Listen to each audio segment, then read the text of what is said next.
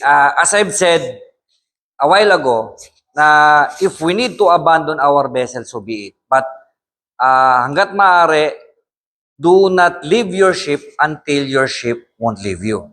Okay? The best lifeboat is our own ship. Okay?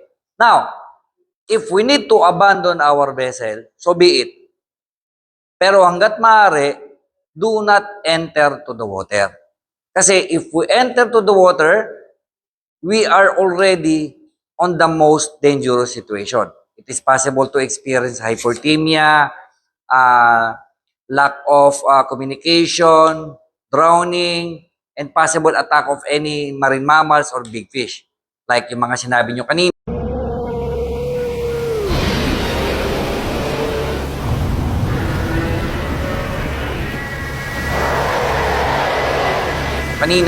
Yung shark, jellyfish, anything of big fish na pwedeng umatake sa atin.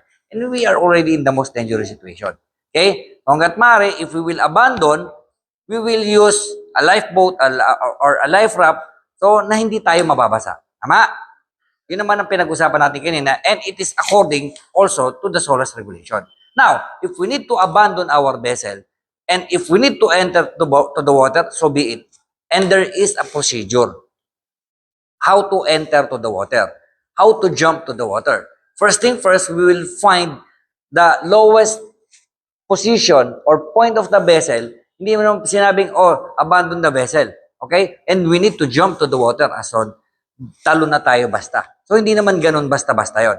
No? So, we need to find the lowest position of the vessel, then doon tayo tatalon. We need to follow the procedure how to jump to the water to avoid any casualty.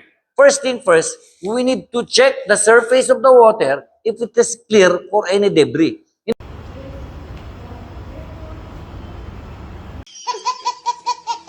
Hindi ka naman pwedeng tumalon basta-basta. Imaginein mo, tumalon yung manipis.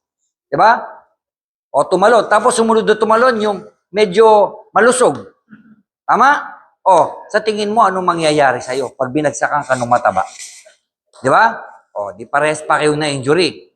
Diba? Then, bigla kang tumalon. Sinabi mo lang, jump to the water immediately. We need to abandon our vessel. Eh, binagsakan mo pala, kubyarta pa rin, deck pa rin. Diba? Aray ko. Hindi mo pala kailangan ng life jacket, kailangan mo parachute.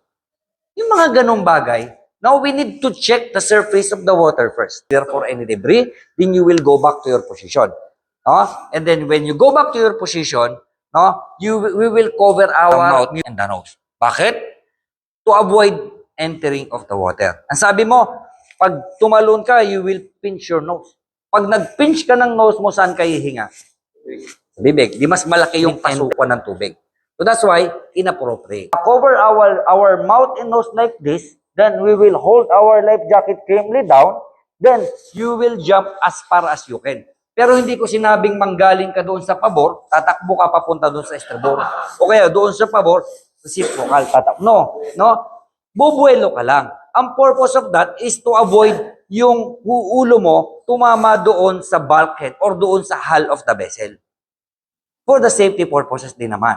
No? Then, at the middle of the air, pag jump mong ganon, you will cross your legs like this to avoid further injury doon sa private part mo. Baka naman kasi mabisaklat ka pa.